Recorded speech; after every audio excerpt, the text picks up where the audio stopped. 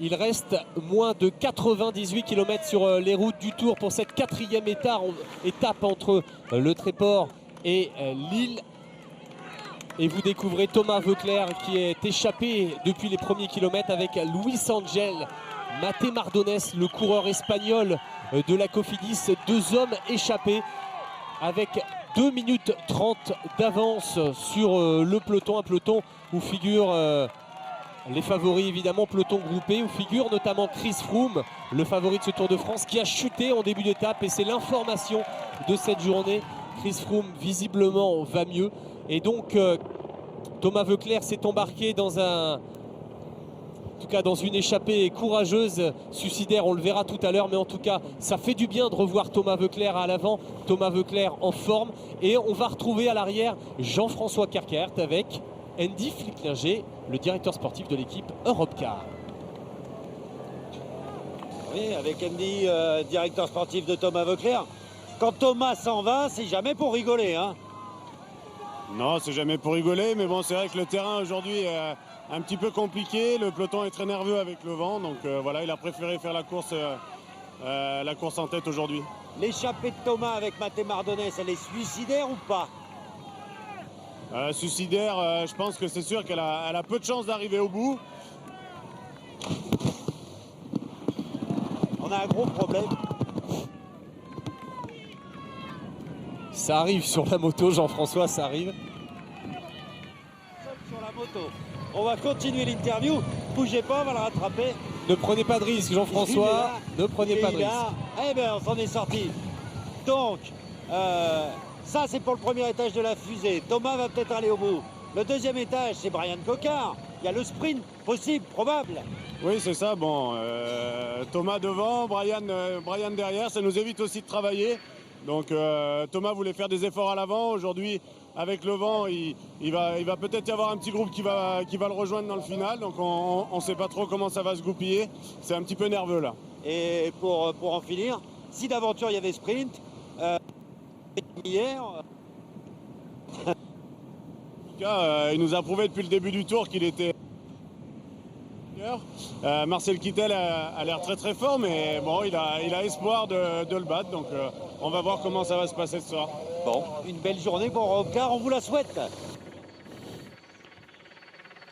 Voici l'abbaye Saint-Paul, cette abbaye qui a été fondée en 1889, qui était affiliée à la branche masculine de la congrégation de Solesmes, vous savez, l'abbaye Saint-Pierre de Solesmes dans la Sarthe. Et il y avait au sein de cette abbaye moine qui s'appelait Dom Bello.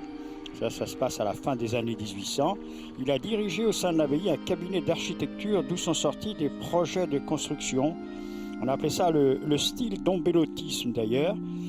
Des projets style en béton et en briques polychromes. Ça a été réalisé donc en France, ensuite en Angleterre. Ces projets ont été mis en pratique donc en France, en Angleterre, aux Pays-Bas.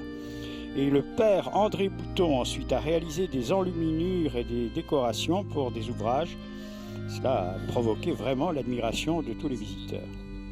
Alors il a également créé en 1946, c'est plus récent, les premiers modèles servant à la fabrication des céramiques d'art réalisées au sein de l'atelier de l'abbaye. Vous voyez, il y a eu beaucoup de moines qui se sont impliqués dans cette abbaye. Il y a eu aussi le père Goussens, d'origine belge, qui s'est illustré dans la tapisserie murale, la poterie, la céramique et même le métal.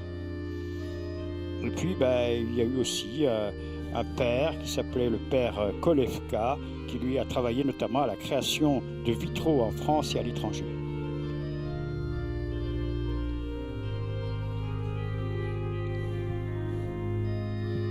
L'abbaye Notre-Dame à Visques, c'est une abbaye qui a été fondée en 1889 par les moniales de l'abbaye Sainte-Cécile de Solesmes. Et c'est une abbaye consacrée à la Vierge Immaculée. Elle est insérée dans le diocèse d'Arras. Et cette abbaye possède également une hôtellerie. Les moniales vivent ici selon la règle, oui, je dirais, écrite par saint Benoît pour les moines.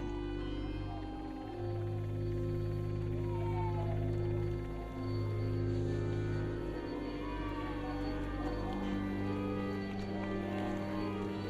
C'est beau le Nord. C'est très très beau le Nord, Jean-Paul. La France est très très belle. Toute la France est très très belle. Surtout avec vos commentaires. Même Mazamet, c'est très beau. Ah. N'est-ce pas, Laurent? Bien sûr, je ne vais pas dire le contraire, évidemment que c'est beau. Mais c'est vrai, Jean-Paul.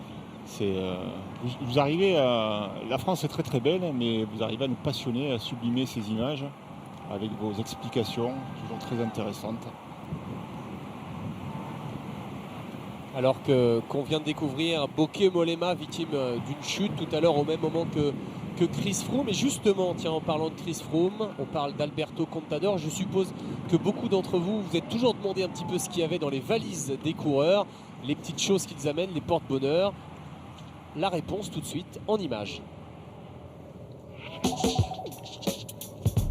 Dans ma valisette de course, il y a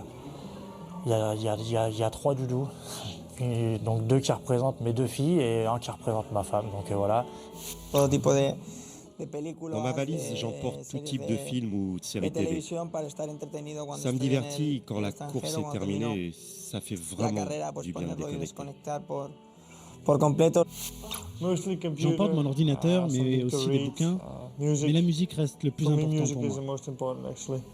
Chaussures de course. Faut surtout pas que j'oublie mes chaussures de course et évidemment mon passeport. Autre chose importante, ma balance pour me peser. Quelques photos de famille. Ma selle, que je prends toujours avec moi. J'emporte mon téléphone et mon ordi pour avoir ma musique et mes photos. Pour au moins avoir le mal du pays. Un adaptateur de voyage. Des box pour écouter la musique. Mon sèche-cheveux. J'emporte aussi tout type de vêtements pour toutes les situations. Par exemple, j'ai mon pyjama dans lequel j'adore dormir. Des lingettes pour bébé. Des bouquins et puis pas mal de trucs pour me divertir. Des trucs cool quoi. La PlayStation Vita.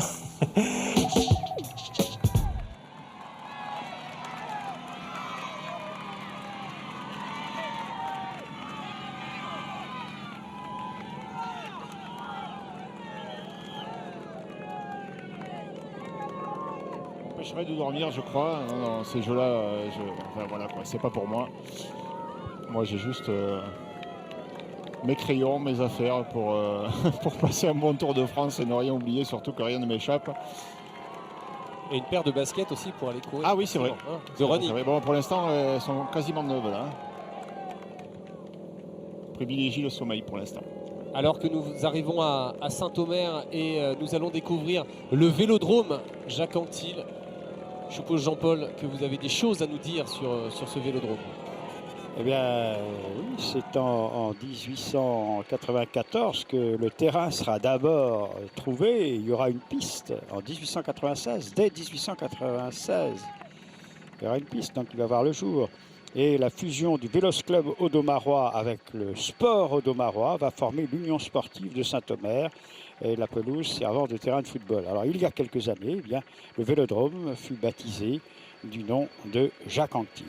Jacques Anquetil, qui nous a quittés en 1987, qui a été bien sûr le grand champion que vous savez, le grand styliste que vous avez connu, mais qui a été aussi consultant chez nous pendant plusieurs années. Voilà le vélodrome Jacques Anquetil et tout de suite la cathédrale Notre-Dame, un véritable chef-d'œuvre qui est dédié à Notre-Dame des Miracles, une église gothique comme vous le voyez. C'est un monument historique depuis déjà très longtemps, depuis 1840. Et sur un site où se trouvait d'ailleurs une première église construite en 1052 et endommagée ensuite par un incendie. Cette cathédrale Notre-Dame. Alors regardez donc l'intérieur, filmé par notre ami Le Quellec. Elle a été fermée au culte en 1792. Mais il y a beaucoup de trésors ici. Il y a le cénotaphe de Saint-Omer. Alors je vous les livre comme ça parce que il y en a tellement. Et vous avez aussi des œuvres de Rubens qui représente la descente de la croix. Vous avez un buffet d'orgue, je ne sais pas si on l'a vu, mais qui existe aussi un buffet d'orgue des grandes orgues remaniées par Cavalier-Coll. Vous avez des expositions aussi de chaussures, c'est beaucoup plus récent tout cela. Quelques curiosités comme la Vierge au chat que vous avez pu voir, un haut relief placé entre deux chapelles méridionales. Ouais, il y a beaucoup de choses hein, quand il faut évaluer ici les trésors. Croyez-moi, ça demande beaucoup de travail. Elle a été fermée au culte en 1792, elle a été transformée aussi, elle a beaucoup souffert, hein, cette cathédrale Notre-Dame. Elle a été transformée en magasin à fourrage, mais elle va peu souffrir du vandalisme des révolutionnaires. Donc c'est une chance également. Et lors du Concordat de 1801, bien, le diocèse a disparu au bénéfice de celui d'Arras. Et aujourd'hui, avec 11 autres églises des environs, elle forme la paroisse de Saint-Benoît en Maurigny. C'est vraiment une petite merveille. Il y a tellement de choses à voir à Saint-Omer. Saint-Omer qui est aussi le lieu d'habitation de Sylvain Vasseur, l'oncle de Cédric, qui avait remporté les 4 jours de Dunkerque, notamment. C'était des coureurs qui s'illustraient dans la formation PIC, la bonne formation de l'époque, où a couru Jacques Anquetil également. Et qui avait été équipier de Bernard Hinault, Jean-Paul. Absolument, et voici la chapelle des Justes Vallons que vous avez pu voir. Juste voir. Cela confirme donc l'empreinte religieuse sur l'urbanisme de la cité audomaroise. Et bien voilà, la chapelle des Jésuites wallons. Saint-Omer va accueillir de nombreux collèges et séminaires britanniques et wallons, l'Angleterre interdisant aux catholiques toute forme d'enseignement religieux sur son sol. Et bien ceux-ci avaient donc créé dans les Pays-Bas espagnols plusieurs collèges catholiques. Alors, les jésuites seront expulsés d'ici en 1762-63 par le roi Louis XIV et le collège sera fermé.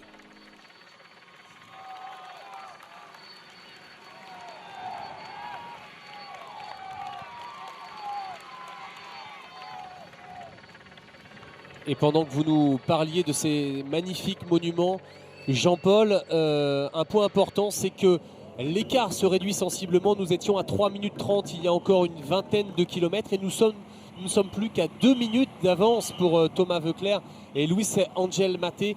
Une raison simple pour cela, Laurent, c'est que on a vu les Lotto Bellisol, les équipiers d'André Greipel se porter en tête de peloton et Genshin n'est plus le seul coureur de l'équipe Giant Shimano, l'équipe de Marcel Kittel en tête. On peut interpréter ça comme ça, Laurent?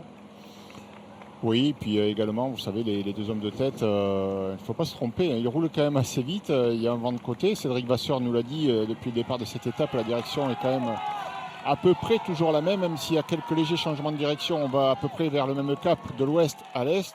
Donc le vent est majoritairement toujours de côté. Et les deux hommes de tête ont parcouru 43,2 km/h dans la première heure de course. Ils continuent sur le même rythme. Mais le peloton, tout simplement, est plus efficace. Il commence certainement déjà à un petit peu ressentir la fatigue. Et ils ont aussi compris que pour mieux lutter, il fallait peut-être ne pas avoir trop d'avance, garder de l'énergie. On l'a entendu tout à l'heure, hein, Voeckler l'expliquait à Mathé Mardonès. On en garde et on fait les 30 derniers kilomètres à bloc. On verra, 30 bornes de l'arrivée. Ils vont se mettre vraiment au maximum avec l'espoir de pouvoir tenir tête. Mais là, ce sera fort compliqué. Deux hommes en tête donc, Thomas Voeckler qu'on connaît évidemment très bien et Luis Angel Maté, le coureur espagnol de la Cofidis. Et je suppose, Cédric Vasseur, que Thierry Vétu, le président de Cofidis Compétition, est un homme heureux aujourd'hui. Effectivement, nous allons lui demander tout à l'heure son avis sur le déroulement de la course. Il vient juste de monter à la hauteur de son coureur pour lui donner un ravitaillement. C'est précisément Jean-Luc Joron au volant, accompagné aujourd'hui de Thierry Vétu, président de Cofidis Compétition, qui doit être un homme heureux, puisque c'est vrai qu'aujourd'hui on arrive aussi sur les terres de la société Cofidis.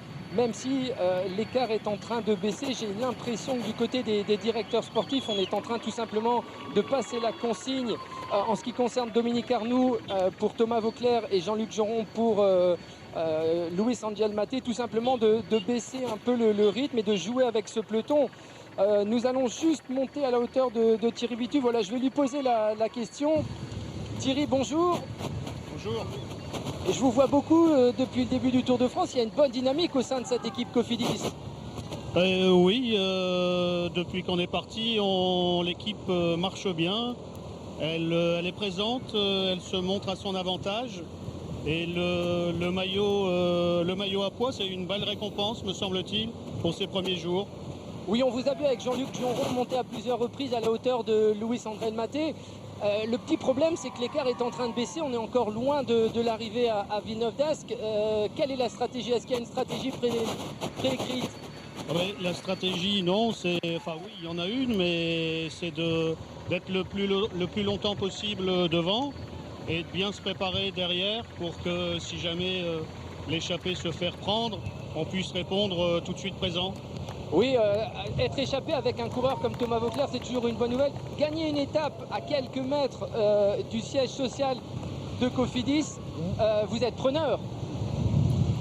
Effectivement, hein, si on pouvait gagner l'étape d'aujourd'hui, ce serait vraiment, en termes de symbole, ce serait très fort, puisque le siège social de Cofidis est à Villeneuve d'Ascq. Maintenant, si c'est pas aujourd'hui, c'est pas grave, je suis convaincu qu'on va en gagner une d'ici la fin du tour. Merci beaucoup Thierry. Voilà, vous avez entendu Thierry Vitu, président de Cofidis Compétition. En effet, c'est une journée importante et symbolique pour l'équipe Cofidis, avec, et vous le disiez, Cédric, Cyril Lemoine qui est maillot à pois, même si l'équipe, Laurent, n'a pas été épargnée par les pépins en ce début de Tour de France, avec Julien Simon hier, chute dans le final, et puis Ryan Taramay qui n'était pas au mieux, et Dani Navarro, son leader, qui a été un peu en difficulté dimanche. Oui, c'est vrai. Bon, mais ça aussi, c'est comme ça. Ils n'ont certainement pas choisi ce qui leur est arrivé là pour ce qui est de la malchance. D'autres auraient été encore plus malchanceux. Enfin, ça, il ne faut pas le dire à Julien Simon. Le pauvre, il est tombé déjà 2 fois. Le premier jour et encore hier. Donc, c'est un début de tour très difficile pour lui. En revanche, c'est vrai que pour l'équipe, on a vu Nicolas Hédé, Cyril Lemoine, aujourd'hui Mathé Mardonès, voilà, des coureurs qui animent la course. Mais pour l'instant, écoutez, pour les leaders de cette équipe Cofidis, c'est pas forcément une entame de tour super intéressante. Rein Taramae a perdu du temps. Il est à plus d'un quart d'heure au classement général. Et Daniel Navarro, dans une moindre mesure, lui a perdu quelques secondes. Rien de dramatique dans la montagne, tout ça, ce sera vite oublié. Le plus important, c'est d'avoir de bonnes jambes, qu'il y ait une bonne ambiance, une bonne dynamique. Et je crois que c'est le cas avec la présence jour après jour de coureurs de l'équipe Cofidis dans l'échappée. Ils ont envie de briller dans la course. Ils portent un maillot distinctif, la motivation est là. Je crois qu'il ne manque plus que la réussite maintenant pour peut-être remporter une belle victoire d'étape. On leur souhaite en tout cas. Daniel Navarro, l'Espagnol qui est 50e au classement général à 1 minute 40 de Vincenzo Nibali. Vous le disiez évidemment, c'est un excellent grimpeur. Et peut-être aussi que finalement le vrai objectif pour Dani Navarro, c'est d'abord d'aller chercher une étape. C'est ce que disait Yvon Sanquer l'autre jour, même si le général est important pour l'Espagnol de la Cofidis. Donc les coureurs, et notamment Mathé Mardonès, a une vraie raison aujourd'hui de briller. Et pour Thomas Voeckler également, c'est important puisqu'aujourd'hui, c'est l'anniversaire de Jean-René Bernaudot, son manager, 58 ans, si je ne me trompe pas. Et donc, évidemment, Thomas Voeckler aimerait faire un beau cadeau à Jean-René Bernaudot. Le jour de son anniversaire, ça va être compliqué. Et je ne suis pas sûr que les Giant Shimano soient de cet avis. Oui, des anecdotes après, des raisons d'être motivé, on peut en trouver des dizaines. Et puis tous les ans, au mois de juillet, c'est l'anniversaire de Jean-René Bernaudot. Alors bon anniversaire à lui si c'est aujourd'hui. Thomas Voeckler lui a déjà fêté comme il se doit cette date dans les années passées avec ses maillots jaunes, avec ses victoires d'étape. Alors aujourd'hui, il est parti dans une aventure un peu plus compliquée quand même, hein, sur un terrain où on le voit avec l'écart. C'est très difficile pour 2 hommes de tenir tête au peloton, mais on connaît la roublardise de Thomas Voeckler, on connaît sa volonté. C'est un tempérament offensif qui ne s'avoue jamais vaincu et bien c'est un tout petit espoir d'aller au bout. Ils vont l'exploiter à 100% avec Mathé Mardonès qui est, je dirais pas aux ordres, mais qui écoute attentivement les conseils et les recommandations de Thomas Voeckler qui semble être celui des deux qui prend les décisions dans cette échappée. En même temps, son palmarès plaide pour lui. Alors que Sylvain Chavanel se pointe en tête du peloton, on aperçoit également Tony Martin là, qui juste rappelle à Jen Shi qu'il